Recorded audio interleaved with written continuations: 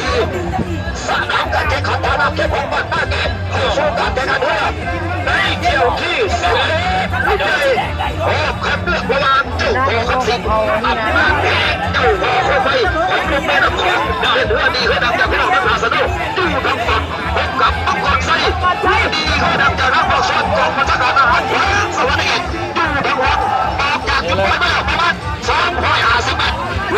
ก็ขอพี่น้อง2สวัสดิ์มุกดาหารออกมาแล้วสังเกตบ้างได้ไปถึง2เลยสำหรับเจ้าหน้าที่ไผ่นี้ไปรอเขายังสักมันเกิดสักมันเอาเลยเอาว่าสูสีผู้กี่ปีเบียดเสียดแสงบางไผ่ก็ตั้งใจจะได้บางไผ่ก็ตั้งใจจะไปแต่ยังไปไม่ได้นอกจากนั้นทั้ง2เลยสำหรับกายังสักมันเกิดเปิดทั้ง2เลยสำหรับกำลังตีโคดูที่ชูสีกันเข้ามาอยู่ยังต้องบอกคนถึงว่าผู้ใดไปคนไผ่ผู้ใดสีน้ำก้อนปัจจุบันนี้ทั้ง2เลย2ลำเจ้าพ่อคำสิงกับตำนานคือกันเจ้าพ่อคำสิงบ้านทางสะดุตำนานแห่งเขาไว้ลุกแม่น้ำของผมดำมังกรไซหยุดภาวิธีทางด้านการป้องกันชาติป้องกันความสมบูรณ์เหนือที่สุดประทัดเอาละวันนี้สีปากของเจ้าของเข้าสู่เปอร์เซ็นต์ไฟก่อนผลได้หรือบ่เอา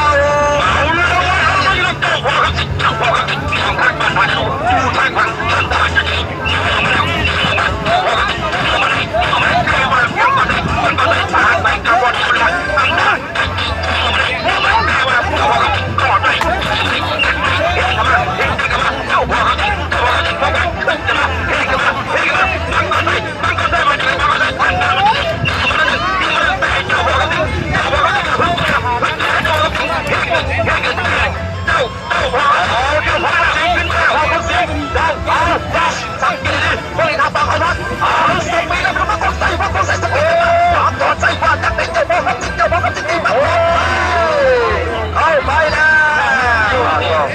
สีอิริสนยา